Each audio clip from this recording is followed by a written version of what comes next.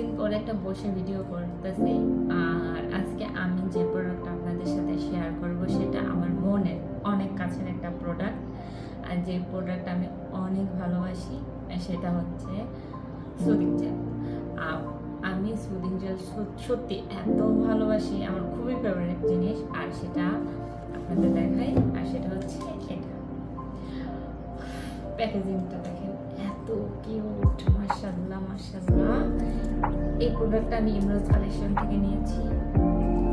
আমার সত্যি না কোনো কিছু না ব্যবহার করতে মন চায় না সহজে, মানে এত কিউট দেখেন তো, মাশাআল্লাহ।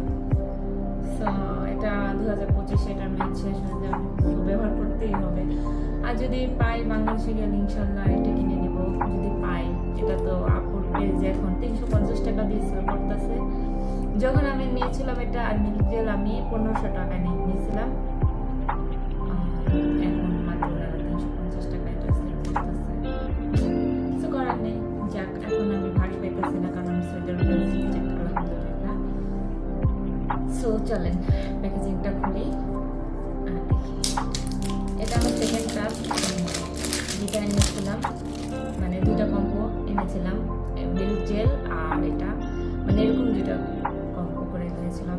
আর এই দুইটা উনি একসাথে ব্যবহার করতে বলতেছিল, কিন্তু মানে আমার একটা মিল্ক জেল আমি রেখে দিব, দেখি। সো বিসমিল্লাহ। এটা টেক্সচারটা এরকম,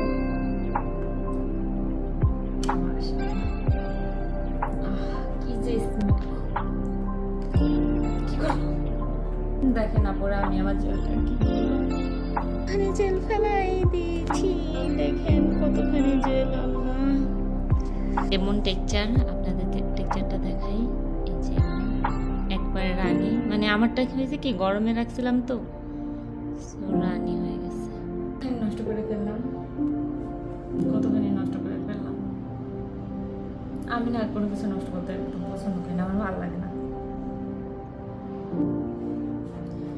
সো প্যাকেজিংটা নিয়ে কথা বলি। যে প্যাকেজিংটা দেখতে এমন, এখানে লেখা আছে I love have rose water milk soothing gel, rose water. আর এখানে সব অন্য ভাষায় লেখা, কোরিয়ান ভাষা করে, যে এটা ব্রাইটেনিং করে, সুদিং করে, মানে সাধারণ যেগুলো কাজগুলো করে সেই কাজগুলোই করে। মানে ফেস ব্রাইটেন আপ করতে সাহায্য করে, আপনাদের ফেস ত্বকটা মানে যদি থাকে শুষ্ক থাকে বা ড্রাই থাকে, ফেসটার মধ্যে এটা ভালো কাজ করে।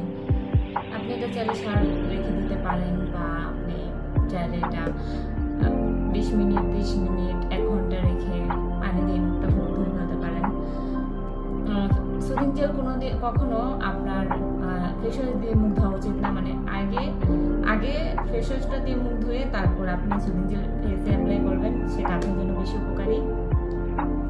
অনেকে দেখেছি ফেস ওয়াশ দিয়ে সুদিং জেল দেওয়ার পরে তারপর এটা ধোয়, এটা আপনাদের করা উচিত না।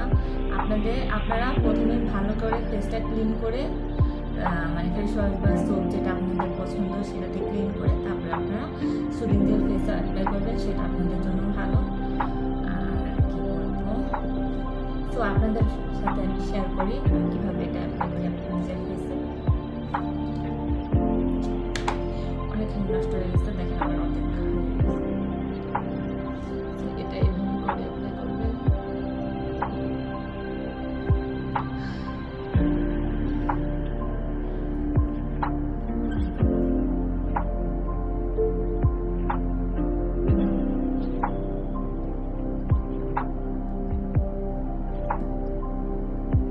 এটা আমি আপনাদের বললাম তো, ইমরোজ কালেকশন থেকে এই প্রোডাক্টটা আমি নিয়েছি।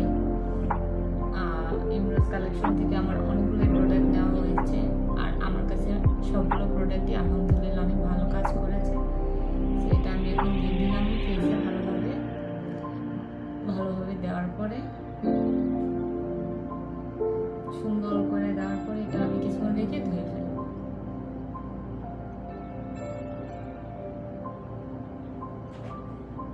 সো ধোয়ার পর আপনাদের সাথে কথা বলতেছি। আমি আমার মুখ ধুয়ে এসে গেছি, অবশ্যই আপনারা ডিফারেন্স দেখতে পাচ্ছেন।